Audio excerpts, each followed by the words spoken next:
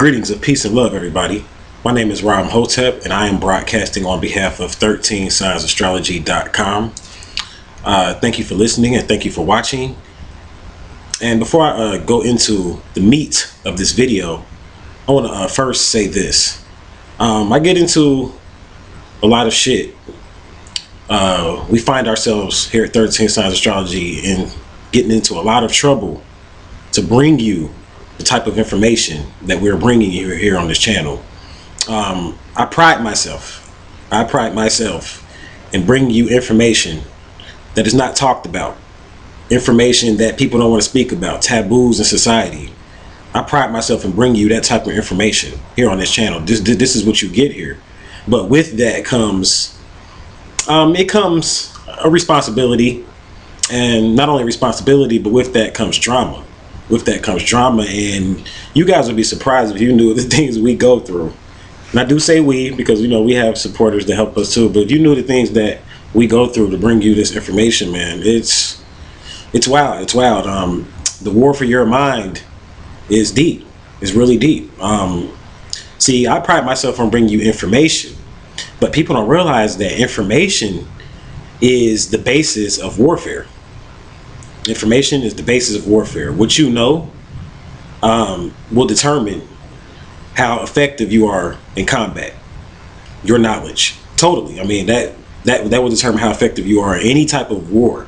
And the people that run the Matrix, they know that certain information getting to certain people is deadly and dangerous. They know that. So, of course, they're going to have provocateurs and people to put out information to sway you, from the point. Of course they have to do it because they know real information. Like, when real information presents itself, trust me, they know how to, they have their decoders. When I say they, the people that run the Matrix have their decoders. You know what I'm saying? And they have a way of knowing if you're really giving out real information. And once they find out you're giving real information, they're going to always monitor you. So that just comes with the territory. That just comes with the territory of being real. That's just what it is. So, and in 13 Signs Astrology fashion, in real fashion, in reality fashion, we're about to bring you another real topic. I want to talk about the metaphysics behind the homosexuality in today's crystal children and some indigo children. Now, let me first go ahead and lay a foundation for this topic. Now, it's a lot of people that are in an age group that are above me, that's in an age group a little bit above me, that's in that age category that's about like 10 years above me and maybe a little bit younger. And they look at the indigo children and the crystal children and those children that was born in the 80s and into the 90s, and they tend to make this observation, and they say, those children, they kind of seem like kind of weak. They seem like all of them end up turning out to be gay. Like, how come this homosexual gay movement thing is so big?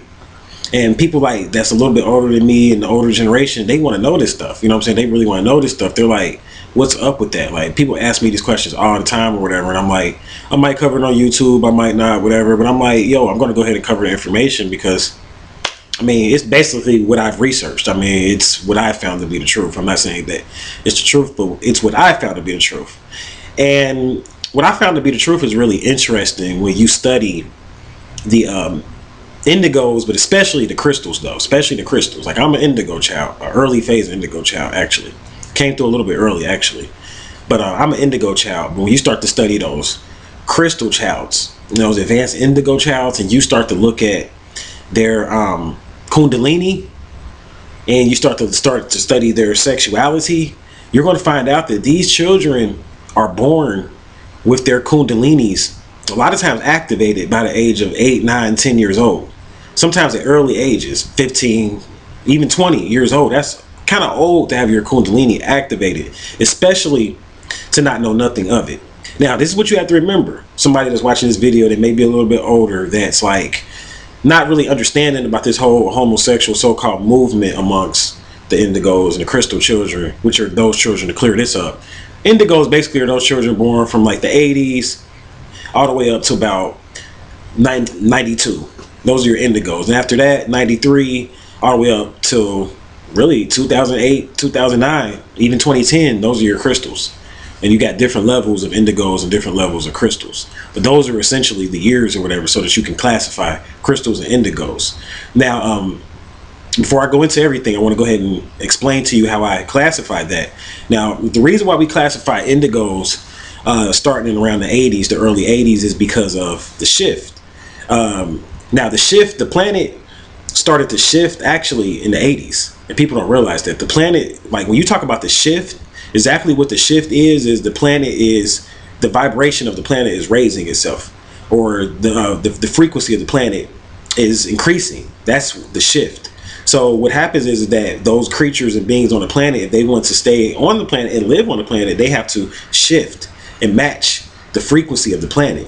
Now, prior to 1980s, according to my research, what I've been studying, prior to 1980s, I got a book called The Fifth Dimension that was written like in the 80s that talks about the fifth dimension. It talks about the shift. And that's where I'm getting a lot of this information from those people that love sources.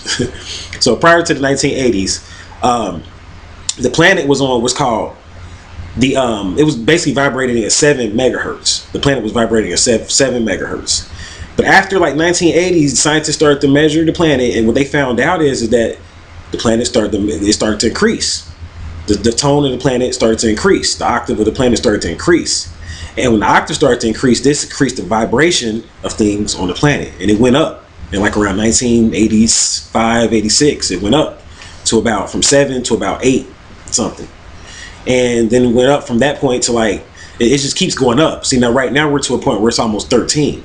So this just started. What you guys have to realize is before 1980, the planet never, basically since they've been measuring the frequency of the planet, which has been for about 100 years prior to 1980. So since the 1800s, the planet has never shifted as far as tone. It's been the same. But after 1980, what happened was a shift took place. A shift took place. Now, what does this shift have to do with homosexuality, Ram Hotep? I'm getting there. Just be patient with me. So the shift took place, and those particular children that were born after the 1980s and after that point are what you would call indigos and crystals. So like in 1980s, it went from like 1985, 86 all the way up to about 92. The frequency of the planet was 8.6. Then after 1993, it went up to like almost 9. You know what I'm saying? After 1993, and that's when your crystal children came through. So your crystal children came through on that second shift. So the earth has been shifting. Like, that's what I'm saying. People talking about some shift in 2012 and what's going to happen, and I'm freaking out and all of that. Look, people, think, use your brain. The earth has been shifting. You need to do your research. This isn't new. It's just you just not figuring out about it. They're using this 2012 event to educate you about this shift that's really been taking place since the 80s. Been taking place since the 80s, the shift. And these children that were born in it are now, we're adults now.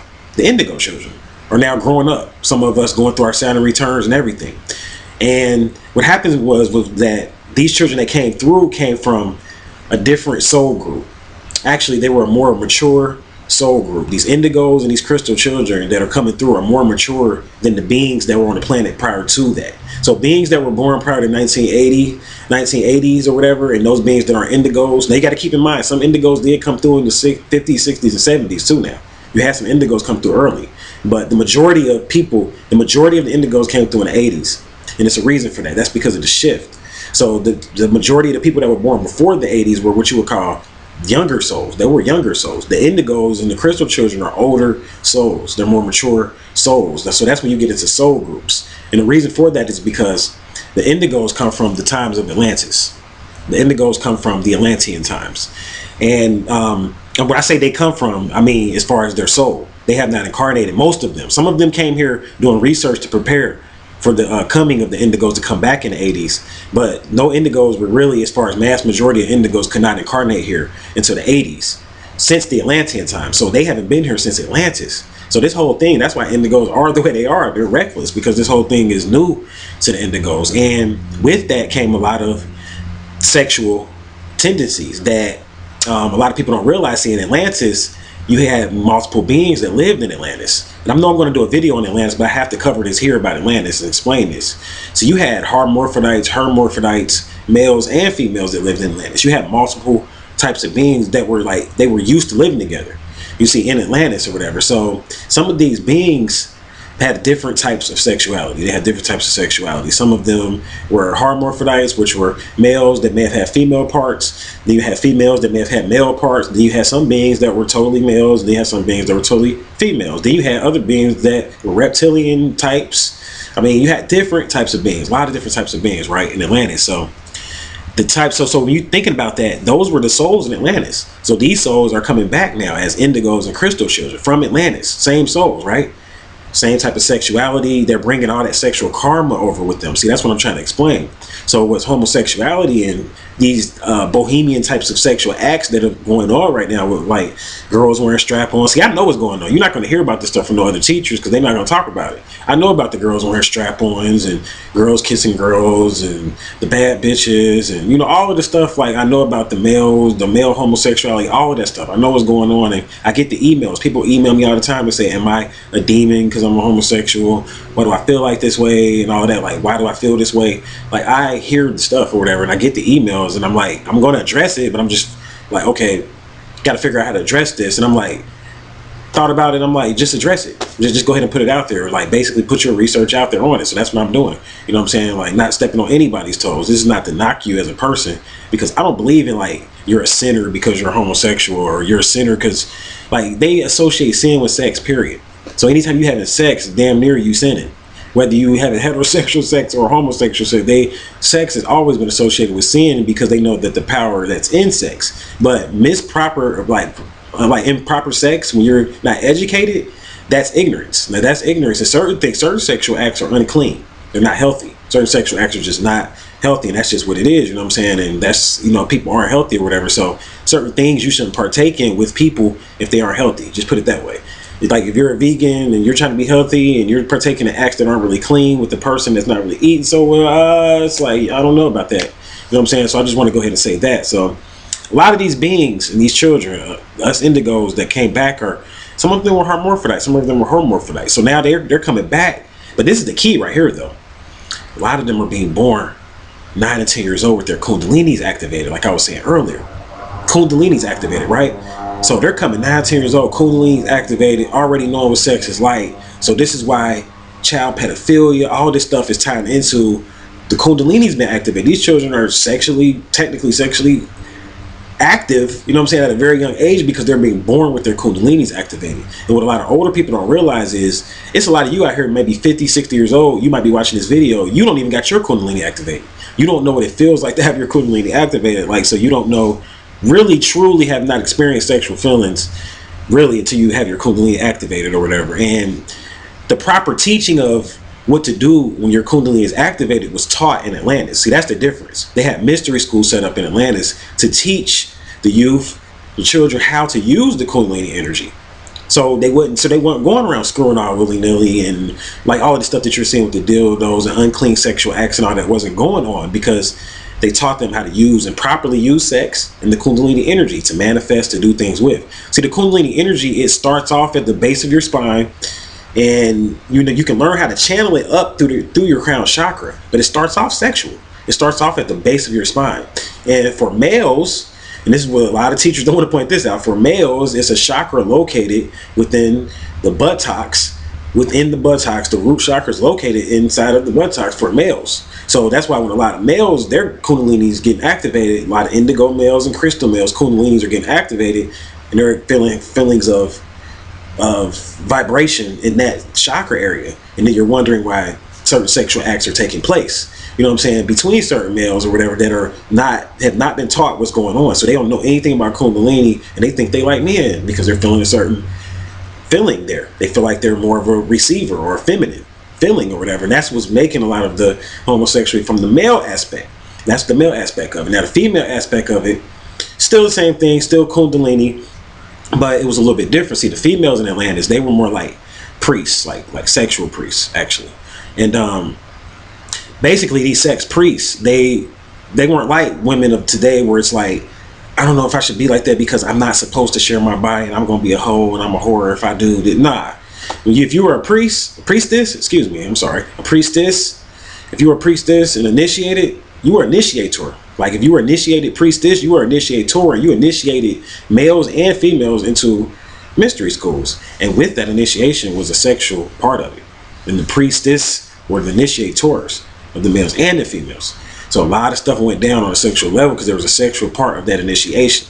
See, people need to study the opening of the mouth ceremony, which was a part of another ceremony that took place in Atlantis. So these beings, like these women that are like what you would call queens, and they're with the other woman, and it's like the woman relationship, and the femme with the masculine woman type of thing. Like, I know what's going on in the so-called life and all that. Like, I'm not coming at this from a religious perspective. I'm explaining to you why this stuff is going on from more of a spiritual perspective. Like, it's not this is not from a religious point of view, like from a historical, what was going on in Atlantis, and based on karma type of perspective. So these beings came back, and they don't have the mystery schools here now. So these women are now just engaging in, they like women. They feel the urge, because these, like a lot of the women that are sleeping with women, these were women that they were initiating in other lives. So they like, oh, I like her. Like, oh, I want to do something to her, because they still feel that, what I'm saying, that energy. See, past life karma energy is actually emotion. That's what it is. It's emotion.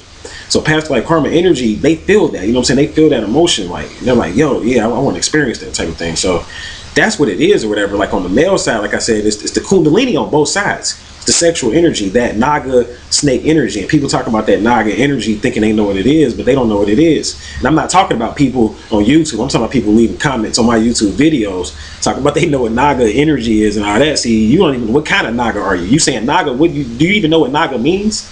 Well, what kind of Naga are you? There's different types of Nagas. You know what I'm saying? So think before you say that.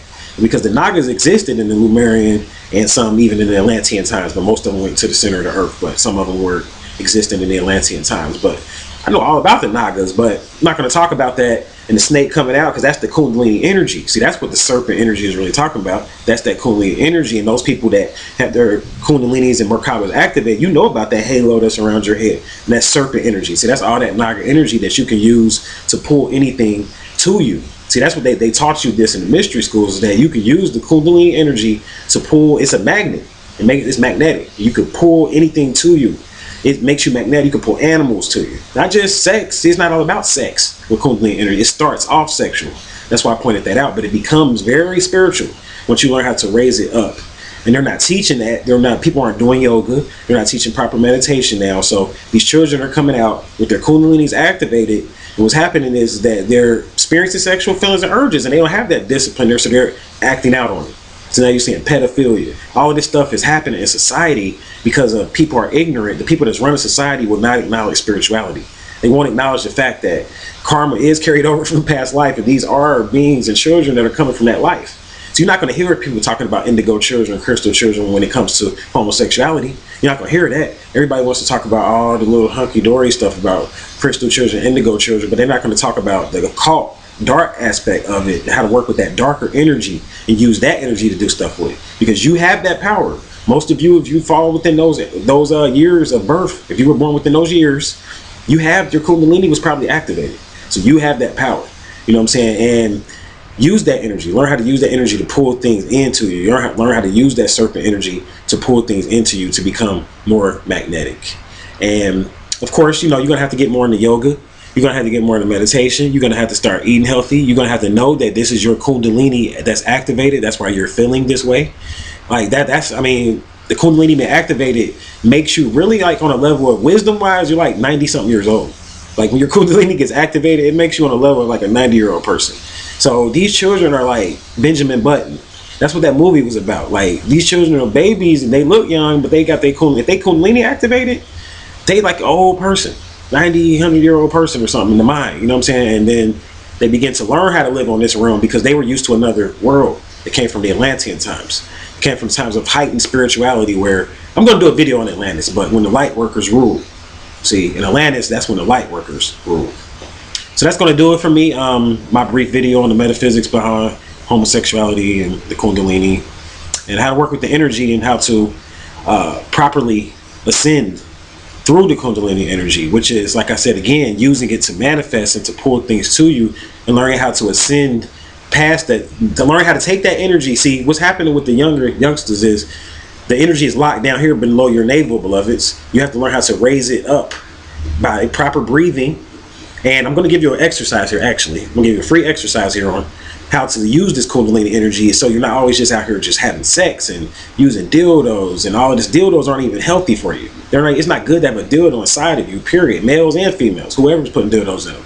It's not good to have a dildo inside of you because that's not healthy. You know what I'm saying? That's made from material that's not healthy. So if you're going to do stuff like that, you need to use material that's a natural form of material if you're going to be doing stuff like that or whatever. But in that, I want to show you how to use this energy to make it higher and turn it into light energy, to purple energy, into higher magnetic energy, so that you can pull things to you.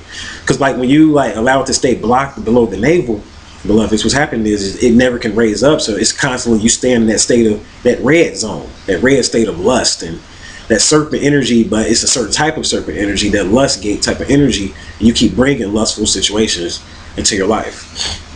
So what you want to do is that you can do this in a chair. A lot of times, especially for males and females, like if you're feeling sexual urges and it's really overwhelming and you want to channel this energy, this is a good time. You feeling horny. Your yoni is wet to the women, males, your lingam is hard. You know what I'm saying? And you're like, man, I got to do something right now. I got to do something with this energy, especially for the youngsters. What you want to do is sit in a chair, put your left hand. I wish you guys could see this.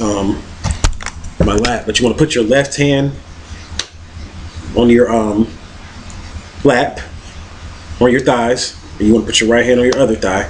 You want to sit with both feet mounted on the ground, sit in a good posture.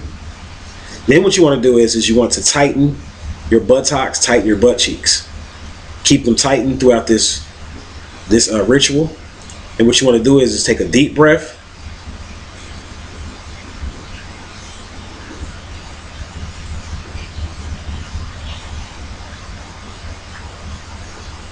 So you want to breathe in. I know people have trouble doing the 13 breath. So let's on this one, we're going to say 9. You want to breathe in for about 9 seconds. Hold your breath for about 9 seconds and then release for 9 seconds. Now, what you're doing is during the time where you're really like, I guess you could say horny or whatever during this time, what you're doing is when you're doing this meditation, your buttocks remain tight through the whole thing. When you're breathing like that, you're taking that sexual energy, right? And you're shooting that energy out to the cosmos, shooting that energy out into the cosmos, and it's in the universe. And that sexual energy is magnetic because it's Kundalini. It came from the base of your spine. So when you shoot that out of your forehead like that, all of that comes back at you. All that comes back at you. So you want to imagine when you're feeling like that, that's when you want to imagine the greatest things that you want to manifest, like your greatest dreams, the things you really want. Like that's the sexual energy is great for pulling that type of stuff in, because sexual energy is potent and powerful. That's why they don't want people to know about it. And that's why in religion, they talk about, they talk so much against it in religion. They say sex is bad and all of this. I'm getting ready to do a video on celibacy, but I'm just going to go ahead and just say this right here in this video. For those people that are saying that they're celibate, if you're not celibate, check this out. You're not celibate because you're not having sex. Celibacy means, look it up. See, that's why people don't know words. Celibacy means that you're not married. You're not going to get married. That means you're celibate, which means you're vowed not to get married. That's a vow not to get married. Not a vow not to have sex. Is dealing with marriage. But in this society, marriage and sex go hand in hand because of religion. So that's why they put so much control over sex and through you got to be married and all that, because they don't want people to explore sexuality, because we could shift the planet through sexual rituals alone. We could shift the frequency of the planet through that alone, but learn how to work positive sexual rituals through the mind, not always the penetration. Like I was telling one of my students about this, it's not always about penetrating through sexual rituals. Learn how to use the Kundalini energy and using that sexual energy and turning that into something else through alchemy, mental alchemy, transforming it as you send it out. So you transform it into what you want it to be about. See, it starts off sexual, but then once it passes through the mental realm, and when you shoot it out your head through that meditation, you transform it into what you want it to be about. So it'll come back to you based off what you wanted it to be about. So you may be experiencing lust, which is just an emotion and energy, but you keep your mind on the goal, the focus, and you shoot that out your head. You could do the same thing in a sexual ritual too. When you are using having an orgasm, you can actually shoot the energy out of your head when you have that orgasm. And whatever you want that energy to be, you have to keep your mind focused on that though. It can't be like you're caught up in the moment of the sex. You have to really have your mind focused on that goal, that dream, that wish, that hope. And you manifest through that using the Kundalini energy. So I hope that helped. That's a brief ritual. Last part I want to say is, like, when you're breathing and when you send that energy out, You want to really like have your eyes closed. You want to really imagine like the color of, like, you want to match up the color to whatever it is you want to manifest. So if you're trying to manifest love, right, think about the color pink. And pink is always a good color to think about. Think about the color pink, because that's the color, one of the colors of love. You're trying to manifest spirituality in more of a spiritual state. Think about purple or violet. You know what I'm saying? If you want to be more in a spiritual state, if you want to be more in a creative state, think about yellow or orange. So that's how you do it or whatever. Just think about the color that resonates with that state that you want to be in, and you send that energy out that way. Or you can even get more creative. Think about the symbol. Think about all of that. You know what I'm saying? So I hope this brief video helped those people out there that may be experiencing different situations with sexuality and how to deal with those different situations with sexuality. So I thank you for listening. I thank you for watching. And until we meet again, I'll leave you all in. Peace.